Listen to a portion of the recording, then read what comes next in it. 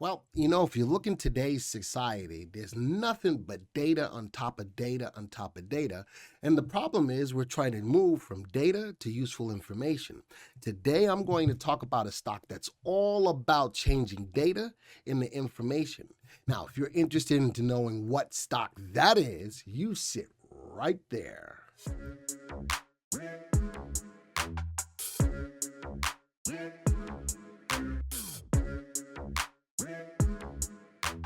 Hey everybody, Glenn Tompkins, Senior Instructor here at VectorVest on our YouTube channel. First off, thank you so much for supporting our channel. Also, to let you know that we do have a second channel, which is our live stream channel. If you haven't already subscribed to that channel, I invite you right now to take a moment to subscribe to our live stream channel as well. So today is all about data.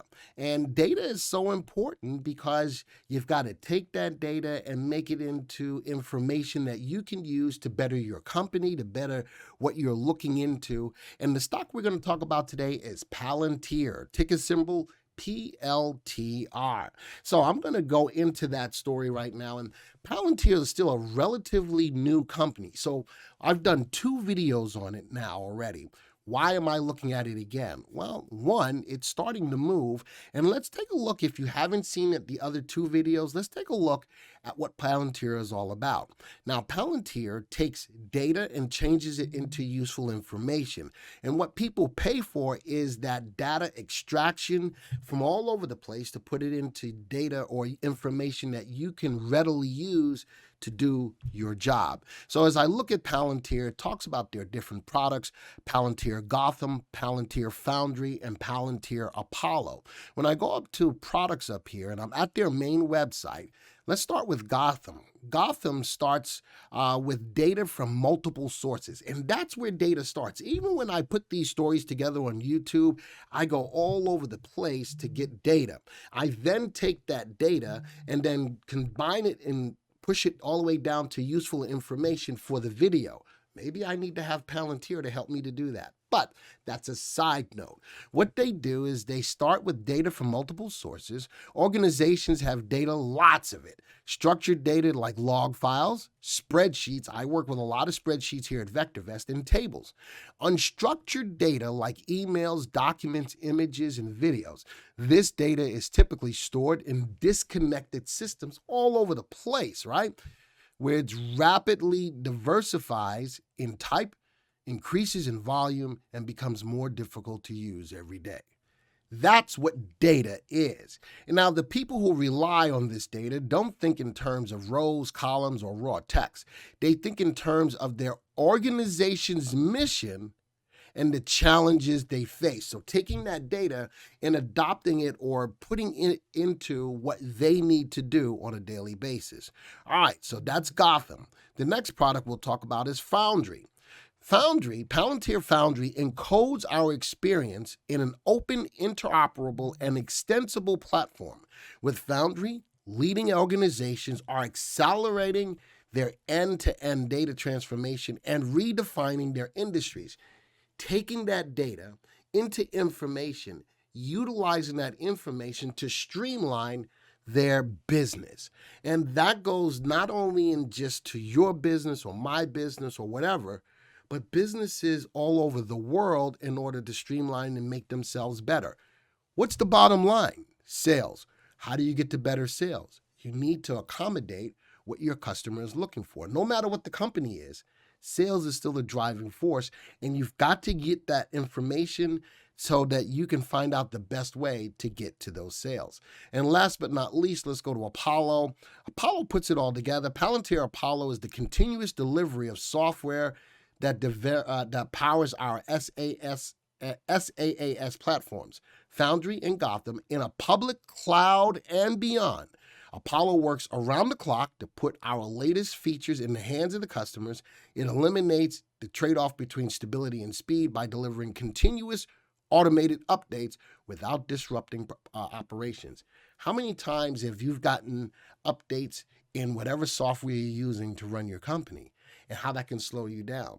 Well, if you're looking at Palantir, they seamlessly take all the updates that are needed from their customers or for their customers and seamlessly make the software or make the process better. All right, so those are the platforms that Palantir offers. Now, I wanted to see, where are they? Where do they have their hands in looking at this data? AI, automotive, COVID-19 response, data protection, energy. We've talked a lot about clean energy, haven't we? Insurance, law enforcement, manufacturing, retail, supply chain risk management, anti-money laundering, auto racing. I don't know how that fits in auto racing just quite yet. I'm going to look into that. Cybersecurity, defense, health and life sciences, intelligence. They've got their hands in a lot of businesses that use a lot of data. So they're getting out there and they're getting it done. Other side of that, I went to their newsroom to look at their press releases. Where are they getting business? And this is what really caught my attention. Palantir recognized, CDC renews partnership with Palantir for disease monitoring and outbreak response.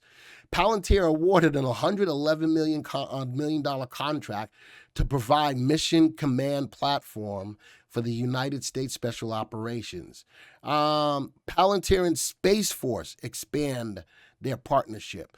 They had news come out about how much they've been growing in the short amount of time that they've been in play.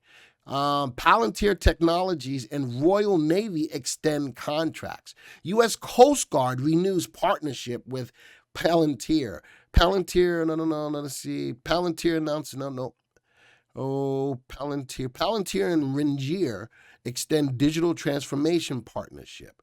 And down the line, Palantir and 3M. Palantir and Faurecia. I did a story on that. That is a car company. They are getting contracts all over because more and more people are seeing what Palantir has the ability to do. But a lot of it is in law enforcement and intelligence, to be able to hone in on data, to find out where particular points of interests are in the intelligence field and law enforcement field. So they are rock and rolling. Now, a couple other stories. Mass exodus. There was a short squeeze, sort of, kind of, but the short interest on Palantir dropped by 23% in the latest cycle. This story was put out on June 28th. So they are less and less people are shorting the stock because they possibly see the potential of what the company has to offer. Even though Palantir continues to be surrounded by bearish narratives, market participants don't seem to be comfortable with shorting the stock. That gives the stock more of a bullish feel. Palantir's government contracts. Palantir Technologies government contracts will put it on top. As I showed you in the news on the website, they are picking up more and more and more contracts. Several government contracts worth $169 million is making Palantir stock attractive. So that was just some that we saw there. And last but not least, Palantir's strong execution and attractive upside potential. Palantir is a leading beneficiary from the big data boom in the years ahead. The company has a compelling business model and solid competitive strengths. Strong revenue growth, as we saw, they had grown their business, plus solid profitability are key drivers of financial performance for investors. Palantir is barely getting started in terms of capitalizing on its long-term growth potential, and so on and so on and so forth. All right, let's get into the software. Let's go take a look at it. Boom. Let's go take a look at it. So I'm looking at the stock now. If I'm looking at it in the VectorVest software, the glaring thing is that the stock is trading at $26 with a value of $2.70. All right, so the stock is grossly overvalued. Let's look at the upside potential. Not there on the VectorVest scaling between 0 and 2. It's below 1. Relative safety below 1. But what's moving now is RT is telling me that the stock is in an uptrend. It does have a positive VST above the value of 1, which says that it has a decent combination of value, safety, and timing.